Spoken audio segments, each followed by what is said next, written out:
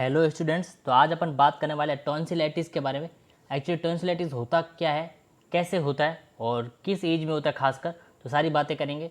तो वीडियो के अंत तक जरूर बने रहें। तो पहले टॉन्सिलाइटिस होता क्या है, तो थोड़ी सी पहले एनाटॉमी आप जान लेते हैं। एक्चुअली टॉन्सिल्स होते कहाँ हैं और किस जगह पे ये होते हैं। तो जैसे कि आपको दिख रहा है, ये ओव्यूला है और ये पैलेट है और ये टंग है, जो कि मुंह का एरिया है, जो कि आपको मुंह जैसे आप खोलते हो, ये आपको टंग दिख रही है, ये ओव्यूला और पैलेट। अब मैं आपको बता दूँ टॉन्सिल्स एक्चुअली होते क्या हैं। जो साइड में जो दो दो चीज़ें दिख रही है, दो जो दिख रहा है आपको, इसको बोलते हैं टॉन्सिल्स।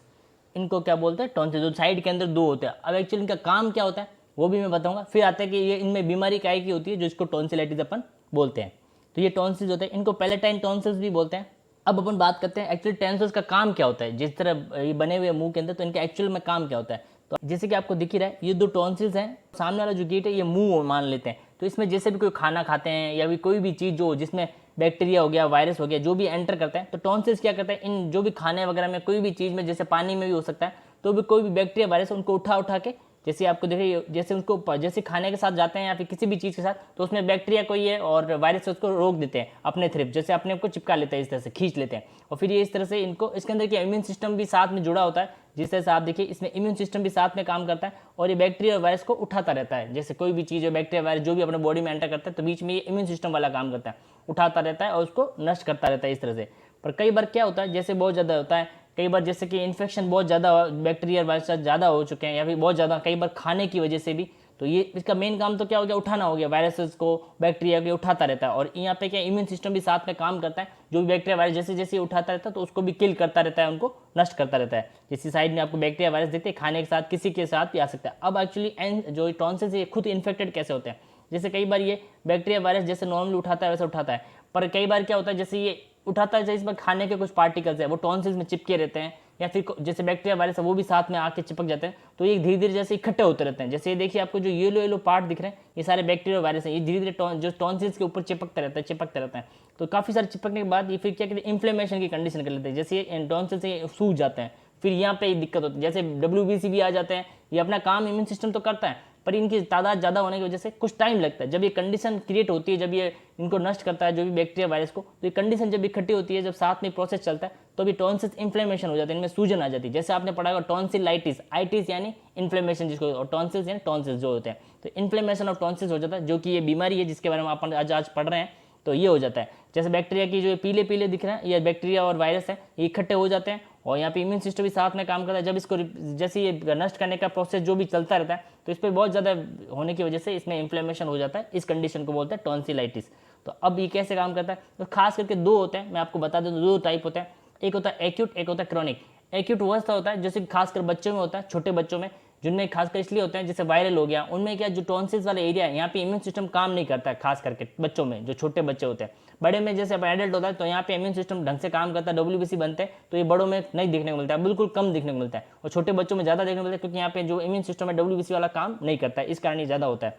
तो इसमें दो टाइप होता है, एक एक्यूट होता है जो कि अचानक से होता है, और एक क्रॉनिक होता है। एक्यूट वाला खासकर वायरसेस की वजह से होता है, जो कुछ दिन के लिए, जैसे आपने देखा वायरल वगैरह होता है अपन को, जुकाम वगैरह, वो 1-2 हफ्तों में सही हो जाता है। तो वायरल वाला थोड़े दिन चलता है। जो बैक्टीरियल इन्फेक्शन होता है उसको वो आता है क्रॉनिक की कैटेगरी में, क्योंकि वो लंबा चलता है। कई बार आपको साल में 3 से 4 बार हो सकता है, जो खासकर बैक्टीरिया की वजह से होते हैं वो लंबे चलते हैं, तो वो आ जाएंगे क्रॉनिक के टाइम में, वो काफ़ी लंबे टाइम चलते रहते हैं।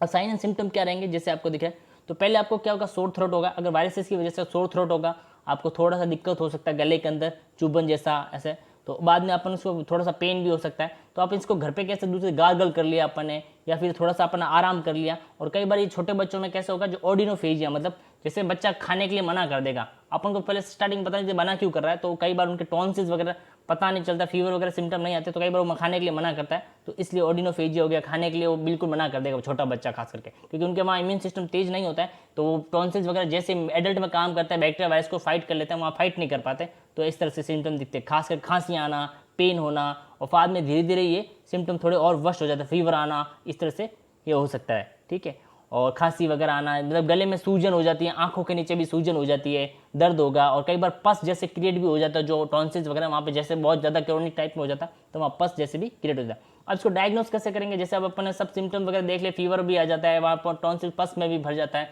सब कुछ हो जाता है। अब इसको डायग्नोस कैसे करेंगे, तो डायग्नोस करने के लिए जैसे ये टॉन्सिल्स वगैरह आपको देते हैं, इसको एग्जामिन करते हैं, पहले फिजिकल एग्जाम में हिस्ट्री वगैरह पूछते हैं, पहले कभी हुआ नहीं हुआ है, इस तरह से काफ़ी चीज़ें पूछने के बाद इसको एग्जामिन फिजिकल एग्जामिन करते हैं। तो इस तरह से आप एग्जामिन करेंगे, टॉन्सिल्स आपको फूले हुए दिखेंगे, कई बार पस क्रिएट होता है तो व्हाइट पैचेस टाइप भी दिखते हैं। तो इसके बाद फिर क्या होगा, स्वैब लेते हैं आप, जैसे भी टॉन्सिल्स है वहाँ पे इसको स्वैब ले लेंगे, स्वैब लेने के बाद उसका एग्जामिन कराएंगे। स्वैब के बाद जैसे लैब में आप एग्जामिन कराओगे तो उसमें बैक्टीरिया, वायरस या कोई भी कारण हो तो वो आपको पता चल जाएगा, फिर उसके थ्रू आप ट्रीटमेंट दे सकते हैं।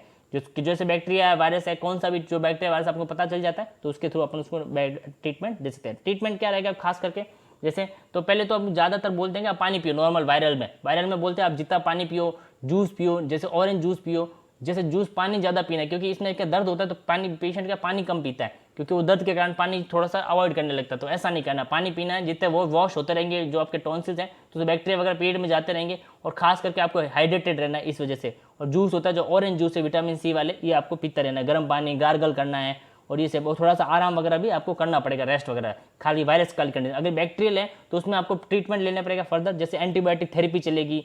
तो जैसे मैंने बताया क्रोनिक वाला बैक्टीरियल वजह से होता है ज़्यादातर, तो उसमें आपको एंटीबायोटिक की पूरी थेरेपी कोर्स पूरा लेना है। ऐसा नहीं, कई बार देखा होगा 2-3 गोली लेने के बाद उनको जैसे ही सिम्टम थोड़े से कम होने लगते हैं वो छोड़ देते हैं, ऐसा नहीं करना, वो वापस आएगा, आपको रिकरेंट होगा। तो आपको पूरा कोर्स लेना है, एंटीबायोटिक थेरेपी, एनाल्जेसिक लेना है, एंटी इंफ्लेमेटरी भी लेना है, और फिर बाद में इसका प्रोसीजर होता है जो सर्जरी होता है, जो डॉक्टर करता है फिर। और जैसे ये देखो आपको देख रहे हैं, ये जो एंटीबायोटिक थेरेपी चलती है, इसमें ये वायरसेस बैक्टीरिया होता है उसको किल कर लेती है, जो भी एंटीबायोटिक थेरेपी चलती है। फिर लास्ट में आता है सर्जिकल मेथड, जिसमें आपको टॉन्सिल को हटाना ही पड़ता है, और इसके लिए कंडीशन होती है, ऐसा नहीं कि आप डायरेक्ट जाओगे आपको टॉन्सिल हटाना है, इसलिए कंडीशन होती है कि आपको साल में कितनी बार ये सेम दिक्कत हुई है, पिछले साल कितनी हुई है, तो इसकी हिस्ट्री काफ़ी सारी पूछी जाती है पेशेंट से, तो इसके ऊपर डिपेंड करता है तक आपको टॉन्सिलेक्टोमी करनी चाहिए कि नहीं, फिर वो डॉक्टर डिसाइड करता है। तो आप टॉन्सिलेक्टोमी करते कैसे हैं, तो जैसे कि आपको देख रहा है, ये मुंह इस तरह से खुला रखेंगे, और फिर जो साइड में टॉन्सिल है इसको इस तरह से पकड़ लिया जाता है, और फिर बाद में सीजर वगैरह से इस तरह से इसको कैंची वगैरह से पूरा राउंड घुमा के, एक पूरा मिडल लेटरल से गाउंड घुमा के इसको काटा जाता है, और इस तरह से फिर अलग कर दिया जाता है। तो दोनों तरफ से देखिए इस तरह से सेम होगा, फिर ये दोनों एक तरफ से भी करेंगे और फिर दो तरफ से करेंगे। फिर आपको जो स्वैब होता है, ये जो आपको लगा रहा है, ये स्वैब लगा के उस पर थोड़ी देर जब ब्लड आता है तो उसको रोक दिया जाता है, फिर इसको जैसे ब्लड हो जाता है वो क्लॉट हो जाता है बाद में, तो इस तरह से अपन, और फिर बाद में इनको बोला जाता है कि कोई पानी जैसे फ्लूइड पिए, ठंडा चीज़ पिए, इस तरह से कुछ चीज़ें को बोली जाती है, तभी सही जाता है। बाद में को फ्लूइड ज़्यादा पीने के लिए बोला जाता है, क्योंकि खाना नहीं खा सकते, स्पाइसी वगैरह खाना वगैरह अवॉइड करने के लिए कहा जाता है। तो इस तरह से धीरे धीरे फिर वापस से टॉन्सिलेक्टोमी सही हो जाती है। तो ये था पूरी, और मैं आपको थोड़ा रियल इमेजेस दिखा देखता हूँ एक्चुअली होती कैसी है टॉन्सिल, जो से कई बार होता है जो मुंह में, तो दिखते कैसे, मैं आपको एक रियल इमेज दिखा देता हूँ।